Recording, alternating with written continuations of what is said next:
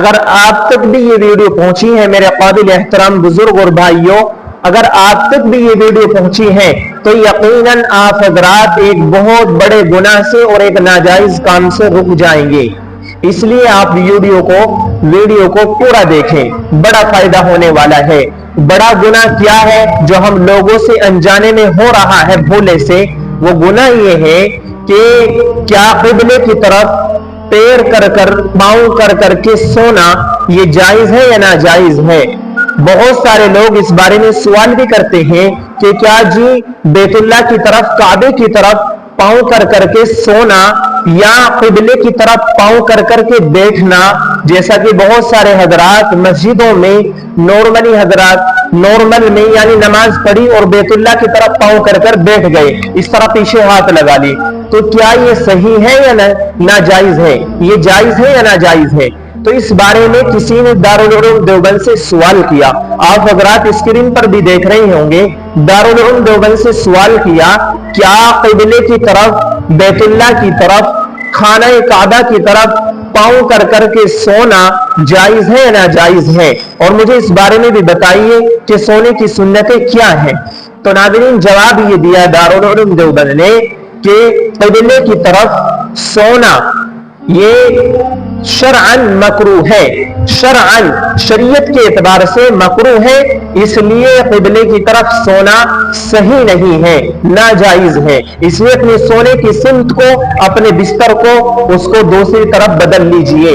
اور رہا مسئلہ یہ کہ مسجدوں میں نماز پڑھنے کے بعد جو بہت سارے حضرات نماز سے فارغ ہو کر مسجدوں میں سب پر پاؤں پھیلا کر قبلے کی طرف کر لیتے ہیں، آپ نے بھی دیکھا ہوگا، یہ بھی صحیح نہیں ہے، یہ بھی اسی زمرے میں آئے گا۔ اس لیے ہم تمام لوگ بیت اللہ کی طرف پاؤں کر کے سونا یا بیٹھنا یا بیت اللہ کی طرف تھوکنا، جو انجانے میں ہم چلتے پھرتے بیٹھتے اٹھتے تھک دیتے ہیں، تو اس طرح یہ صحیح نہیں ہے، ناجائز ہے، اس سے ہمیں گناہ مل رہا ہے، اللہ تعالیٰ کی ہمیں ناراضگی مل رہی ہے۔ اس لیے ناظرین ہم ان چھوٹے چھوٹے گناہوں سے جب بچیں گے، اپنے آپ کو بچائیں گے، تو اللہ تبارک و تعالی ہمارے بڑے بڑے کام بنا دے گا۔ جو ہمارے کام رکے ہوئے ہیں، جن کی وجہ سے ہمارا کاروبار چلتا ہے، جن کی وجہ سے ہمارا گھر چلتا ہے، وہ کاروبار ہمارے رکے ہوئے ہیں۔ کیوں رکے ہوئے ہیں؟ اس لیے کہ ہم یہ گناہ انجام دے رہے ہیں جو ایک دم شریعت مطہرہ کو ٹھیس پہنچاتے ہیں۔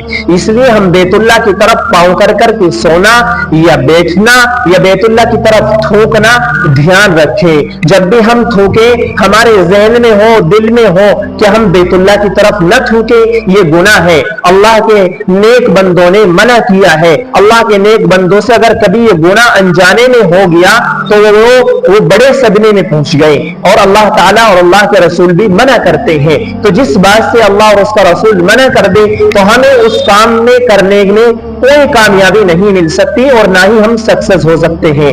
اس لیے ہم بیت اللہ کی طرف نہ سوئیں پاؤں کر کے، اور نہ بیت اللہ کی طرف بیٹھے پاؤں کر کے، اور نہ ہی بیت اللہ کی طرف قبلے کی طرف تھوکیں، ٹھیک ہے۔ اور رہی یہ بات کہ سونے کی کیا کیا سنتیں ہیں، تو سونے کی سنتیں شریعت مطہرہ نبی پاک صلی اللہ علیہ وسلم ارشاد فرماتے ہیں کہ آپ جب اپنے بستر پر جائیں تو سب سے پہلے یہ کام کریں کہ اپنے بستر کو 3 مرتبہ جھاڑیں، ان کو 3 مرتبہ جھاڑیں۔ یہ نہ ہو کہ بہت ساری چیزوں نے دن میں اس بستر میں اپنی جگہ بنا لی ہو اور آپ کو معلوم بھی نہ ہو، آپ کو تکلیف پہنچا دے۔ اس لیے اللہ کے نبی کی ہر سنت میں کوئی نہ کوئی حکمت چھپی ہوئی ہے۔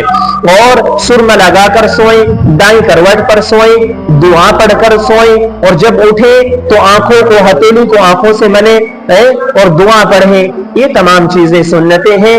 امید ہے حضرات کی سمجھ میں، آپ کی سمجھ میں بات آ گئی ہوگی۔ اگر آپ کو ہماری ویڈیو اچھی لگے تو شیئر کریں، کمنٹ سیکشن میں اپنی رائے کا اظہار ضرور دیں، اور چینل کو سبسکرائب کریں۔ السلام علیکم۔